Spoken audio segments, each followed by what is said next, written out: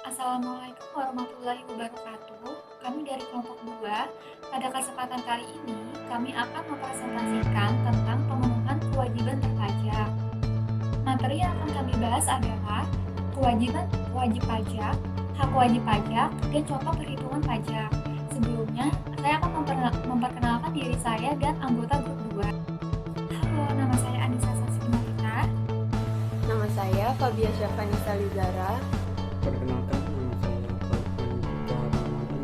Perkenalkan, nama saya Dwi Febriani. Saya Karin Soleha. Materi pertama itu saya akan menjelaskan mengenai pemenuhan kewajiban pajak. Kewajiban warga negara dalam membayar pajak dan retribusi diatur dalam pasal 23A Undang-Undang tahun 1945 yang menyatakan bahwa pajak dan pemungutan lainnya yang bersifat memaksa untuk keperluan negara diatur dengan undang-undang. Pembayaran pajak merupakan perwujudan dari kewajiban kenegaraan dan peran serta warga negara untuk secara langsung dan bersama-sama membiayai negara dan pembangunan nasional.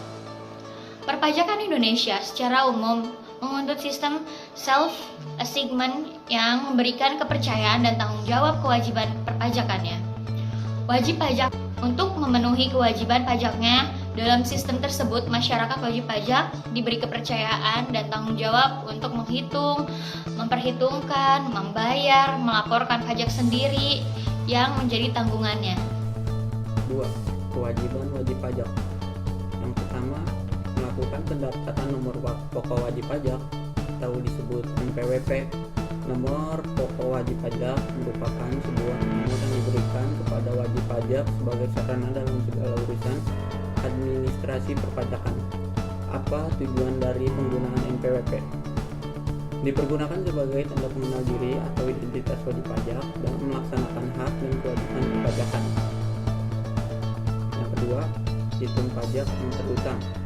Perhitungan besaran pajak terutang atau penghasilan kena pajak yang dikenakan wajib pajak orang pribadi dalam negeri telah ditetapkan berdasarkan tarif Undang-Undang Pajak Penghasilan Pasal 17. Yang ketiga, ada membayar pajak. Wajib pajak orang pribadi atau WPOP. Wajib membayar pajak sesuai dengan besaran pajak yang terutang. Setelah dihitung, tahapan pembayaran pajaknya adalah sebagai berikut. A. Wajib pajak harus membuat kode billing atau ID billing terlebih dahulu. Membuat kode billing dapat dilakukan dengan mengakses website DJP Online atau ASP resmi seperti Klik Pajak. Yang B. Lakukan pembayaran yang dapat dilakukan melalui bank, kantor pos, mesin ATM, SMS banking, internet banking, atau mesin edisi. Artinya, membayar pajak tidak harus dilakukan di kantor pelayanan pajak atau KPP, dan bisa dilakukan dari mana saja dan kapan saja. Yang keempat, laporan SPT pajak tahunan. Wajib pajak orang pribadi juga diwajibkan untuk melaporkan penghasilannya melalui surat pemberitahuan SPT tahunan yang menggunakan sistem self-assessment. Apa itu sistem self-assessment? Sistem self-assessment merupakan sebuah aktivitas pemungutan pajak yang memberikan kewenangan, kepercayaan, dan bertanggung jawab penuh kepada wajib pajak untuk menghitung, membayar, dan melaporkan besarnya pajak terutang ke kantor pajak secara langsung dan mandiri. Kini pelaporan pajak dapat dilakukan secara online melalui aplikasi e-filing Klik Pajak. Saya akan menjelaskan hak apa saja yang akan diterima oleh wajib pajak setelah melaksanakan kewajiban pajaknya. Yang pertama yaitu hak atas kelebihan pembayaran pajak. Pajak yang terutang untuk suatu tahun pajak ternyata lebih kecil dari jumlah kredit pajak, atau dengan kata lain, pembayaran pajak yang dibayar atau dipotong atau dipungut lebih besar dari yang seharusnya terutang, maka wajib pajak mempunyai hak untuk mendapatkan kembali kelebihan tersebut. Yang kedua yaitu hak kerahasiaan bagi wajib pajak. Wajib pajak mempunyai hak untuk mendapat perlindungan kerahasiaan atas segala sesuatu informasi yang telah disampaikannya kepada Direktorat Jenderal Pajak dalam rangka menjalankan ketentuan perpajakan. Yang ketiga yaitu hak untuk pengangsuran atau penundaan pembayaran. Dalam hal-hal atau kondisi tertentu, wajib pajak dapat mengajukan permohonan menunda menunda pembayaran pajak.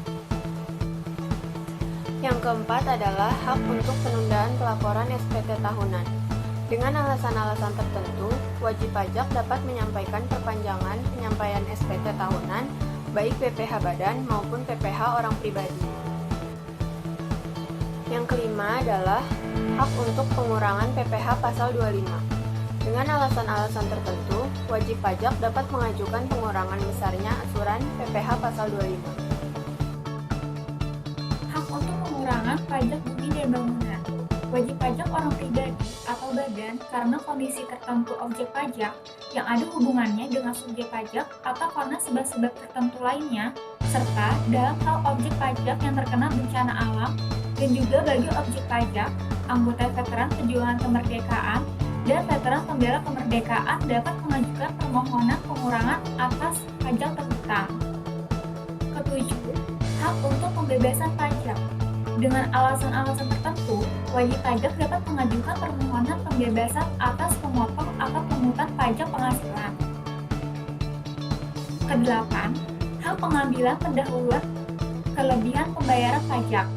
Wajib pajak yang lebih memenuhi kriteria tertentu sebagai wajib pajak patuh dapat diberikan pengembalian pendahuluan kelebihan pembayaran pajak dalam jangka waktu paling lambat 1 bulan untuk PPN dan 3 bulan untuk PPh sejak tanggal permohonan.